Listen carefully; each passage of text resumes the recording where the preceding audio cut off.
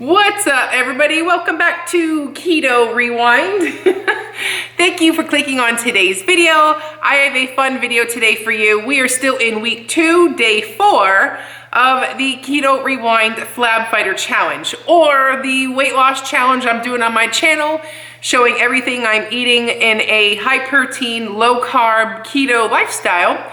And I'm putting that in weekly meal plans, weekly shopping lists. Everything can be found at ketorewind.com for free. And you can follow along with me or just use it for inspiration or, you know, something, maybe the combination of the two. As I'm making these videos, the thought that came through my mind today, or the word of wisdom that I want to share, is each day that you are doing your best when it comes to eating what's in the best interest for you, that makes you feel good, that is a new, healthier version of you. Each day closer where you get that workout in and you're doing everything you can to eat healthy or eat clean, that is one step closer to the person you want to become and one step farther away than the person that you don't want to be.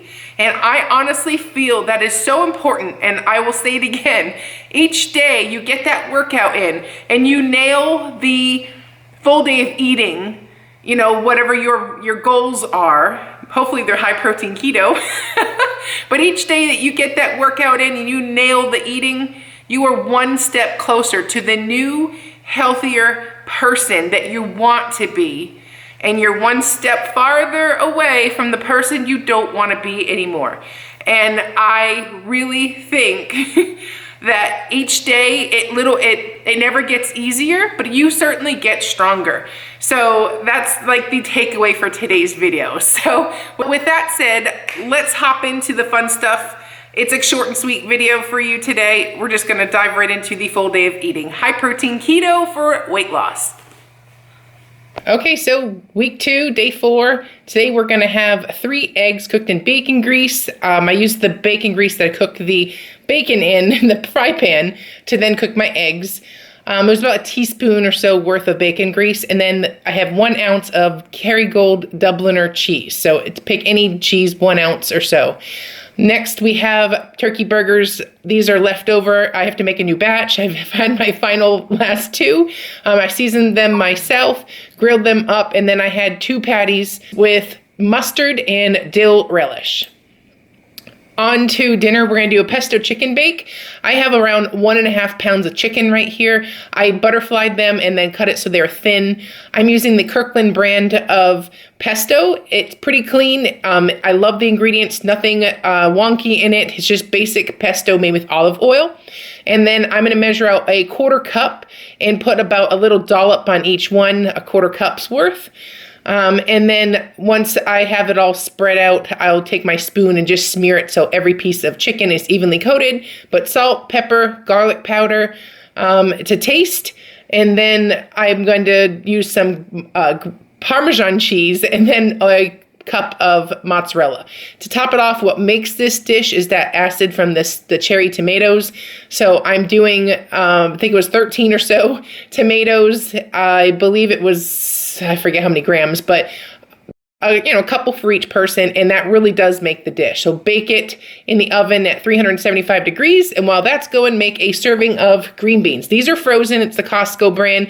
I need to measure out 83 grams for 1 serving, and then so I'm gonna do 2 servings, for 1 for me and 1 for Kyle. But that is what 1 serving of green beans looks like. So we're gonna steam that up, and then once they're steamed, I'm gonna put 1 tablespoon of butter in the bottom of the pan, throw the 2 servings of green beans in there, add salt, pepper, garlic powder to taste, and stir it up, and then we're gonna assemble the plate. So after about 20-ish minutes, my pesto chicken bake was done. So I pull that out of it's done when the tomatoes are split like that, and your chicken is 170. And then put it on a plate that was a nice large butterflied breast with pesto and green beans, and so good. So here are the macros for today. I haven't been sharing the macros, but I am pretty close. I seem to be a little low on protein. I am a little low in fat, but I'm looking for 1,600 calories, so I was kind of spot on when it comes to fat. And then I was at 12 net carbs for the day.